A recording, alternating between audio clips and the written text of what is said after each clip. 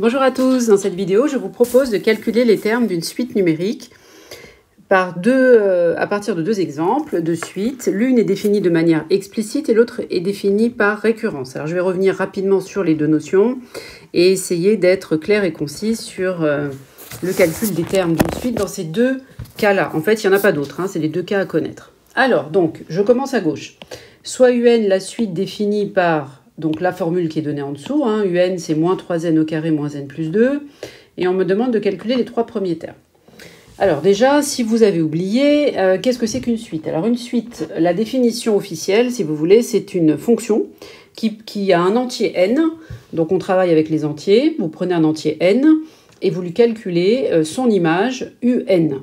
Donc en fait, vous prenez un entier n, par exemple n égale 0, n égale 1, n égale 2, etc.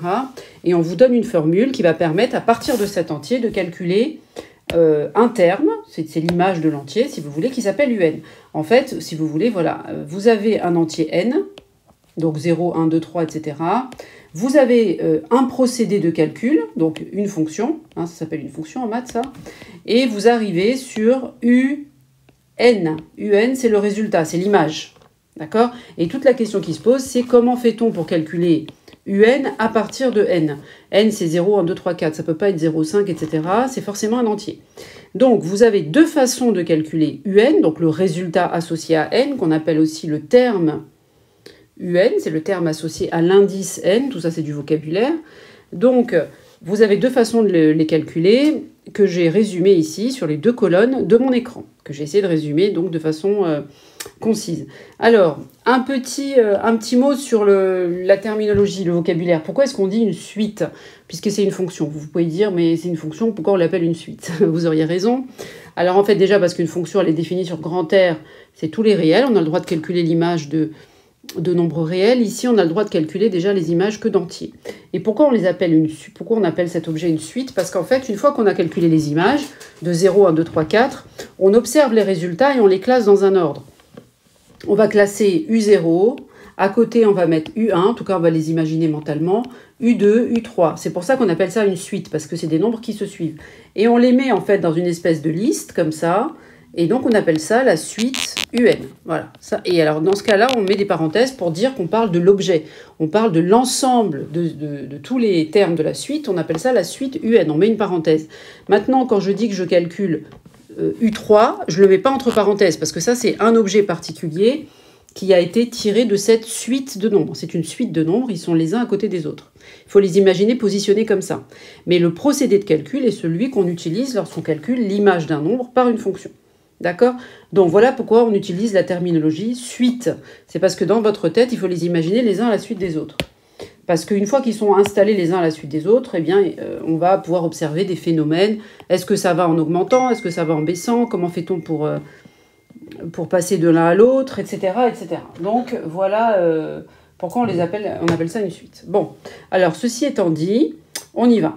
Alors, la première, vous avez une suite qui est définie, donc j'ai donné la formule tout à l'heure. Pour calculer, par exemple, U0, puisqu'on me demande de calculer U0, c'est le premier terme de la suite, il faut faire moins 3 fois 0 au carré, parce que la formule, regardez la formule, vous avez vu là, vous avez n ici, vous avez, voilà, ici vous avez le n qui est là, c'est le même que celui qui est en bas. Et là aussi, c'est le même numéro n. Donc si je veux calculer U numéro 0, en fait, partout où j'ai n, je mets 0. Vous avez l'habitude de faire ce genre de choses. Donc U0, je ne réfléchis pas. Partout où je vois n, je mets 0. Donc voilà, c'est ce que j'ai fait. Une fois que j'ai fait ça, alors évidemment, il ne faut pas se tromper dans les calculs. Vous faites attention. Ça fait moins 3 fois 0 au carré. Le carré, il est sur le 0, pas sur le moins 3, etc., que sur le 0. Moins 0, plus 2. Et quand vous faites tout ça, ça fait 2. Ensuite, j'ai calculé U1. U numéro 1, si vous voulez, celui qui a la position U1. Eh bien, il faut remplacer n par 1. C'est le numéro qui vaut 1. Donc, partout où vous aviez n dans la formule, vous mettez 1. Et ensuite, vous faites attention au calcul. Et à la fin, ça fait moins 2. Ensuite, pour avoir U2, eh bien, c'est le numéro n qui vaut 2. Et partout où vous avez n dans la formule qui est donnée au départ, celle-là, vous n'allez pas l'inventer. Celle que j'ai un égale moins 3n au carré, etc. Celle-là, vous n'allez pas l'inventer, elle va être donnée. Donc, je fais ce calcul et je trouve moins 12. Donc, si je devais les écrire les uns à la suite des autres, j'écrirais 2, moins 2, 12, moins 12, etc.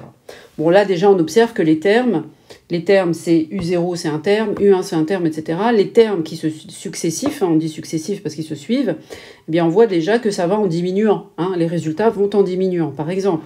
Donc, ça peut être demandé. On peut vous dire, qu'est-ce que vous pensez des termes de la suite? Est-ce qu'ils vont en diminuant ou est-ce qu'ils vont en augmentant? Ça s'appelle le sens de variation de la suite. Bon, alors maintenant, ce type de suite où on remplace simplement le numéro dans la formule s'appelle une suite définie par une formule explicite. Eh bien, voici des exemples de formules explicites. N facteur de n plus 1, c'en est une. Vous voyez bien que si je veux calculer U0, simplement je remplace n par 0. Si je veux calculer U1, je remplace le numéro n par 1, comme j'ai fait tout à l'heure. Je vous propose une autre suite définie de manière explicite. C'est UN égale racine de n plus 3, par exemple. Ça, c'en est une autre. On aurait pu vous demander de calculer les termes successifs de cette suite, les 3 premiers, comme j'ai fait tout à l'heure. Et enfin, j'en propose une autre avec un carré. UN égale 2 fois n au carré plus 4. Par exemple, si je veux calculer U2 ou U3, bon, admettons, on va faire U1. Qu'est-ce que ça donne U1 juste pour vérifier que vous avez compris.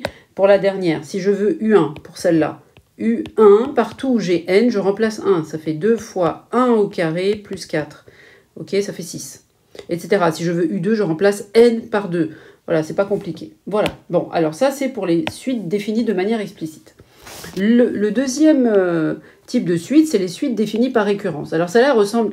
C'est pas exactement la même façon de calculer. Regardez. Alors, ces suites-là, déjà, c'est facile à reconnaître parce qu'on va toujours vous donner le premier. On va vous dire V0 égale 3, donc là, c'est le cas, et puis on vous donne une formule. Et dans la formule, vous avez dans la même formule Vn et Vn plus 1. Regardez, là, vous avez Vn plus 1. Dans la même formule, il y a Vn. Il y a 2 V qui sont dans la même formule. Alors que tout à l'heure, regardez tout à l'heure, j'avais UN et à droite du signe égal, j'avais pas de U, j'avais que des N. Alors que là, dans la même formule, vous avez V et V, d'accord? Vous avez 2 fois V. Vous avez Vn plus 1 et Vn. Alors qu'est-ce que ça signifie ça? C'est un autre type de suite. C'est un type de suite pour lesquels, en fait, on va vous donner le premier. Voilà, V0, c'est 3. Et on va vous expliquer comment calculer celui qui est à côté, qui s'appelle V1. Et comment on fait pour le calculer? Alors, comment il faut comprendre la formule? V indice n plus 1. Alors, V indice n plus 1, c'est le successeur de Vn, parce que le numéro n plus 1 que j'ai mis là, évidemment, il succède, il vient à côté de Vn.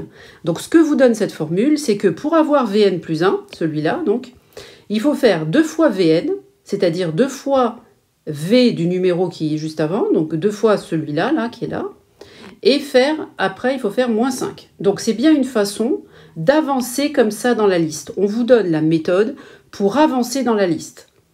Ok ?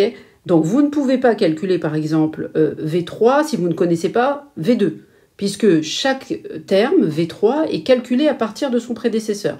V2, par exemple, si je veux le calculer, je dois connaître V1, puisque un terme, Vn plus 1, il est calculé à partir de son prédécesseur, Vn. D'accord ? C'est pas du tout difficile, en fait, il faut juste pas voir trop de complications. V indice n, c'est V numéro n, et V indice n plus 1, c'est le numéro d'après, n plus 1. Alors, qu'est-ce que ça donne concrètement? Vous savez que V0 vaut 3, et vous voulez calculer V1. Vous devez utiliser la formule de récurrence, ça s'appelle une formule de récurrence, tiens, d'ailleurs, j'ai qu'à l'écrire, ça s'appelle une formule de récurrence. Récurrence parce que c'est une formule qui va permettre de répéter un certain procédé. Le terme devrait aussi vous faire penser à quelque chose. C'est récurrent, ça se répète, etc. Voilà. Donc ici, par exemple, pour avoir V1, je vais utiliser la formule. Que me dit la formule? Pour avoir le numéro n plus 1, donc ici c'est V1, je dois faire 2 fois son prédécesseur, donc 2 fois Vn, qui s'appelle V0, et faire moins 5. Donc V0 vaut 3, ça fait 2 fois 3, 6, moins 5, ça fait 1. Donc là, j'ai trouvé V1. Comment je fais pour avoir V2? Pour avoir V2, eh bien V2 est calculé à partir de son prédécesseur. Mais le prédécesseur de V2, c'est plus V0, c'est celui qui est juste installé avant lui. Vous les imaginez les uns à côté des autres, c'est V1. Donc si je veux V2, je dois faire 2 fois V1, c'est 2 fois son prédécesseur. Donc c'est ce que j'ai écrit là. V2, c'est 2 fois V1, donc c'est celui qui était là qui revient ici, c'est 2 fois le prédécesseur. Moins 5, et donc ça donne moins 3. Donc c'est comme ça que j'ai complété que V2 vaut moins 3 ici. Et maintenant, si je veux V3, alors je ne l'ai pas écrit ici, mais V3 est là. Comment je fais?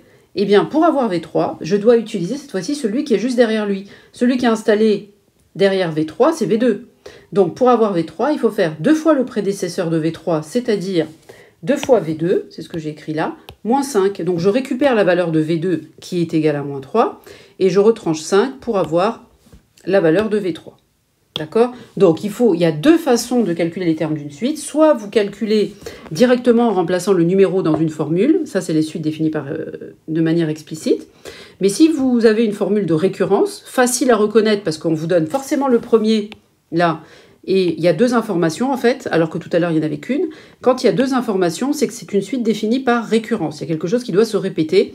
Et en fait, ici, on va avancer dans la liste de pas en pas, de pas en pas. Donc, c'est un peu casse-pied, ce genre de suite, parce que si, par exemple, moi, je vous demandais là de calculer, admettons, V6, hein, si je vous demandais V6, vous êtes bien d'accord que pour avoir V6, là, eh bien, il est où V6? Là, j'ai calculé V3, et en fait, là, j'ai V4, là, j'ai V5, et je veux V6.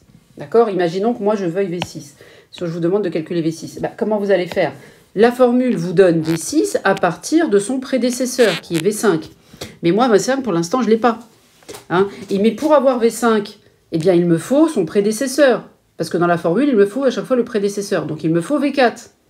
Mais V4, pour l'instant, moi, je ne l'ai pas encore calculé. Je me suis arrêtée à V3. Je sais que V3 vaut moins 11. Donc, je dois remonter jusqu'à V3, qui vaut moins 11, pour calculer V4. Une fois que j'aurai V4, je vais calculer V5, etc. jusqu'à V6.